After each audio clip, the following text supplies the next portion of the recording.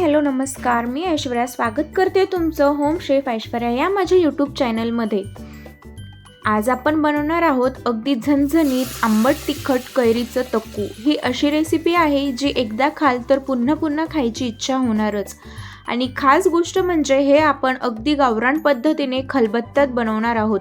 आता उन्हाळा आहे, भाजी चपाती खायचा खूप कंटाळा येतो, तर त्यासोबत साइड डिश म्हणून ही चटणी तुम्ही एकदा नक्कीच बनवा। चला तर पाहूया हे कैरीचं तक्कू कसं बनवायचं ते। इथे ना मी एक कैरी घेतलेली आहे, यावरचं ना मी साल्ट काढून घेते। या पद्धतीने आपल्याला या कैरीवरचं सगळं साल्ट काढून घ्यायचंय। आता उन्हाळ्यामध्ये मस्त कैऱ्या येतात, तर या कैरीपासून तुम्ही एकदा ही चटणी नक्कीच बनवा। मी पूर्ण हे कैरीचं साल्ट काढून घेतलेली आहे। आता ना आपल्याला हे या पद्धतीने कट करून घ्यायचे।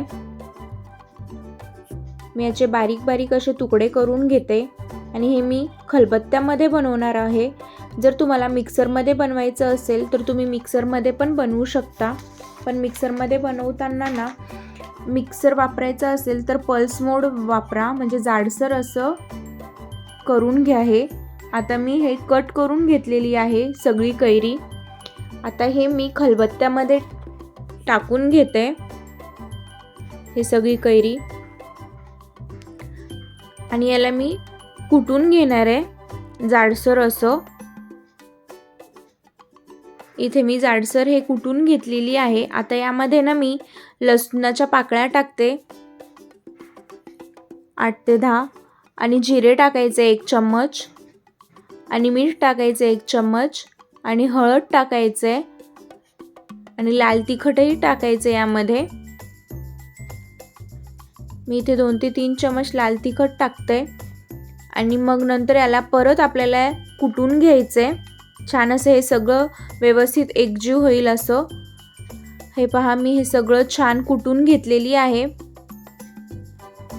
आणि हे बत्त्याला लागलेलं आपल्याला काढून घ्यायचे। पाहू शकता मी पूर्ण कैरी, तिखट, मीठ, चटणी व्यवस्थित असं हे सगळं एकजीव झालेलं आहे। असं जाडसर आपल्याला कुटून घ्यायचे।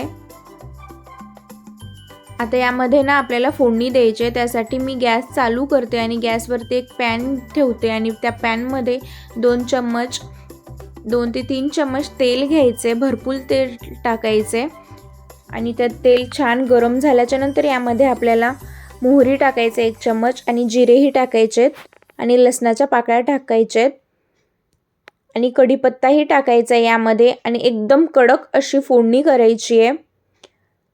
या तेलामध्ये मी कढीपत्ताही टाकून घेते आणि हे छान सगळं तडतडल्याच्या नंतर हे कडक फोडणी आपल्याला त्या चटणीवरती टाकायची आहे। जे आपण कैरी कुटून घेतलेलं आहे ना खलबत्त्यामध्ये, त्या खलबत्त्यामध्येच मी हे फोडणी टाकते। हे मस्त तेल आपल्याला यावरती टाकून घ्यायचंय। एकदम मस्त आणि झणझणीत अशी आणि झटपट बनणारी आंबट तिखट गोड अशी ही चटणी। जर तुम्हाला हवं असेल तर तुम्ही यामध्ये थोडंसं साखरही टाकू शकता। आम्हाला गोड नाही आवडत म्हणून मी साखर नाही टाकलेली आहे। हे कैरीचं तक्कू गरम भाकरी, पोळी किंवा वरण भातासोबत खूपच छान लागतं। खास करून उन्हाळ्यात तर ही एकदम परफेक्ट साइड डिश आहे। जर तुम्हाला ही रेसिपी आवडली असेल तर व्हिडिओला लाईक करा, चॅनलला सबस्क्राईब करा आणि अशाच रेसिपीसाठी बेल आयकॉन नक्की प्रेस करा। जर तुम्हाला हे जास्त दिवस टिकवायचं असेल तर थोडंसं जास्त तेल वापरा। हे फ्रीजमध्ये छान 3 ते 4 दिवस टिकतं। आपण पुन्हा भेटूया एका नवीन रेसिपीसोबत। Thank you for watching.